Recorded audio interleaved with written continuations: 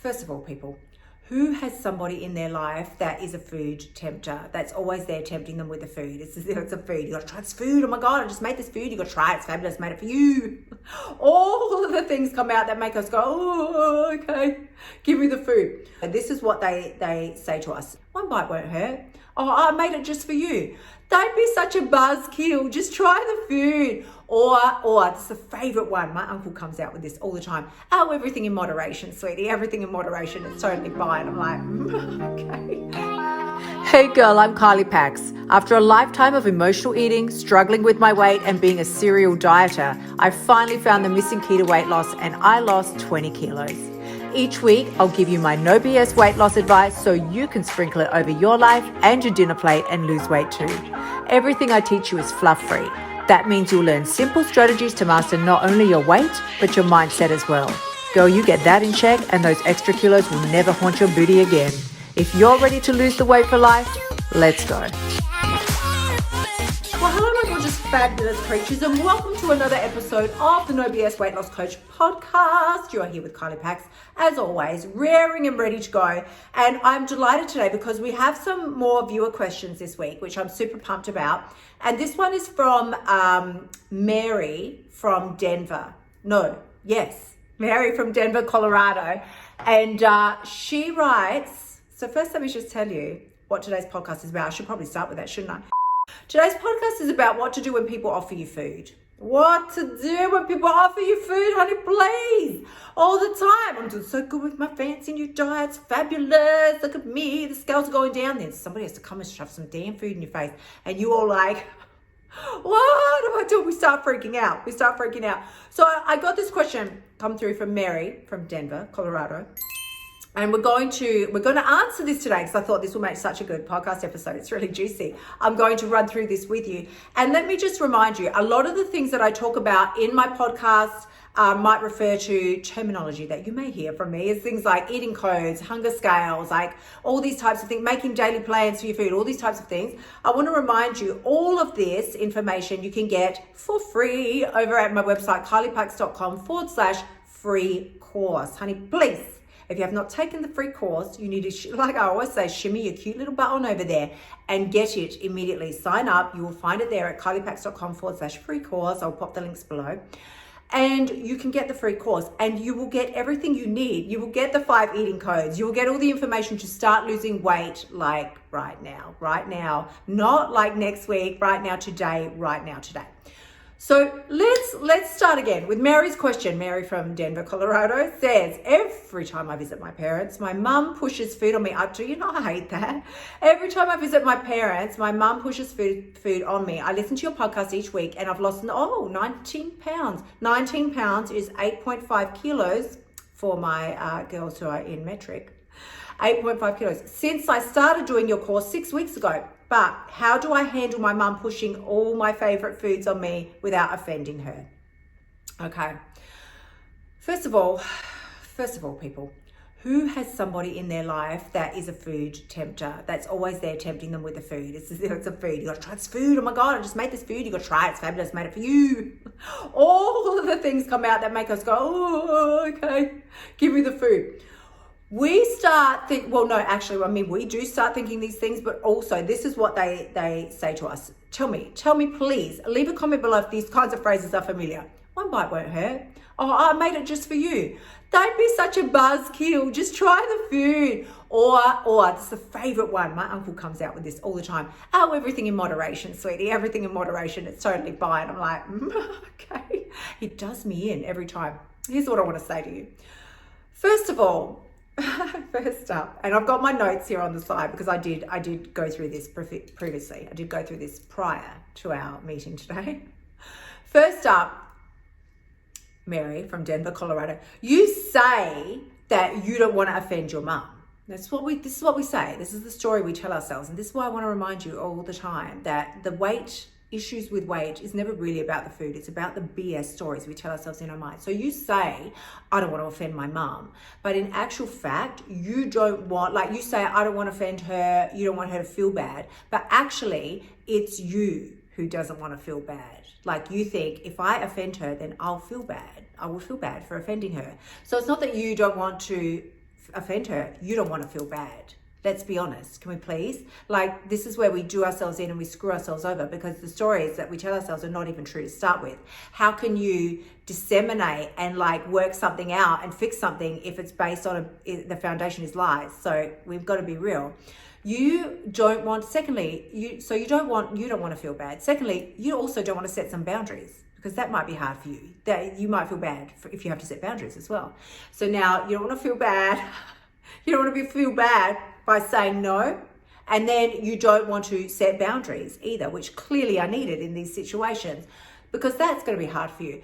Next up, you want staying on plan. And we talk about the simple daily plan that I want you to make every day, staying on plan. If you hear me talking about, we just stay on plan, and did you make your plan, and what's on your plan? This is your simple daily, it's your simple daily meal plan, your simple daily food plan, or what I just call my simple daily plan for what I plan or intend to eat today. It's not a diet, because I can put anything I want on my simple daily plan. I can put freaking banana cake. I don't know. I can put McDonald's on my plan for every single fucking meal if I want. I can put that on my simple daily plan. So it's not a diet, but what it is a commitment of the food that I will, it's an indication of the food that I'm committing to myself to eat today. And I might do a whole podcast on the simple daily plan so that you can be really clear about it. But again, KyliePax.com/free course, people, it's all over there. So you can get everything there. Now, you want staying on plan to be easy. You want it to be easy. You don't want anybody to come and like throw some roadblocks at you. So what I want to say is, it's not real life. Like, kids come and stay home sick, and partners get sick, and you get sick, and or let's just like, actually that's too much sickness, let's wipe all of that. That's some bad juju vibes there. Life happens, life happens. Lockdowns come and go, like all of this sort of stuff happens. What I want to remind you here, most importantly, is that, especially when it comes to our parents who we love so dearly, is that other people's expectations, like you've got to weigh up. When we don't want the roadblocks to come, we've got to weigh up, say, other people's expectations versus your actual desires. Which one is more important here? And you're probably thinking, well, can I have both? Well, you're not responsible for other people's expectations. Maybe you can have both, but you can't control that. You can only control your desires and the action that you choose to take on that. Other people's disappointment, things that Mary from Denver, Colorado cannot control. Cannot control other people's expectations, cannot control other people's disappointment. You also cannot control other people's manipulation. And, depending on your dynamics with anybody who's offering you the food at the time, it can sometimes fall on the more manipulative side of things. I know I've done that myself. I'm sure I've probably been the receiver of the manipulation, but I've also given the damn manipulation. When my bestie, when we're young, and she was losing weight and I wasn't, and I'm like, come on, let's just go get the fast food. I'll just eat this packet of chips, doesn't matter. I would go take the girl fresh muffins, here's some fresh damn muffins, eat them, because I was trying to manipulate the situation, because I didn't like that she was losing weight and I wasn't. Also, in this situation, it's very common that all the woman is doing is trying to offer you food, but you might construe it as feeling unsupported in your goals. Now, most certainly, especially if you've expressed those goals to the person, you've expressed your goals. This is what I want to do. This is what I want to try to achieve. And this is why I'm doing it. It's important to me. And then they still go offer you food that's not on your plan. You might feel unsupported in your goals. But also, and probably where it becomes the most dangerous for us as weight loss, fabulous fucking women that we are, is where we can fall into victim mode. And then we start to think, how can I ever do this if they keep offering me food, or if they keep trying to do this to me, which is a very victim-based position to be in, and not a good one at all, because a victim, by definition, means you cannot control the situation. It's completely out of your control. And so there is nothing you can do.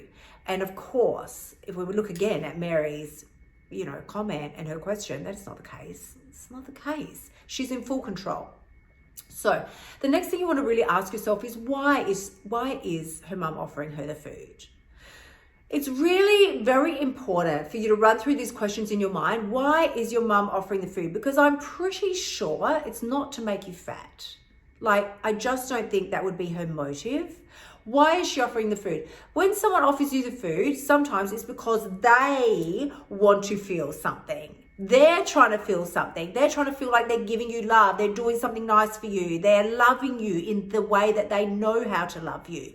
They think that if they can run things through if you could imagine being in their shoes and run things through their think, feel, act cycle, that you would notice that they are thinking like, I want to show this person that I love them. So how would I do that? Well, I will make them muffins. And then that's their thought. Then their feeling is that they can, if I do this, I can feel really good and connected to her and like I'm taking care of her. And so the act cycle then is, well, of course, they're going to take the totally inline action for that.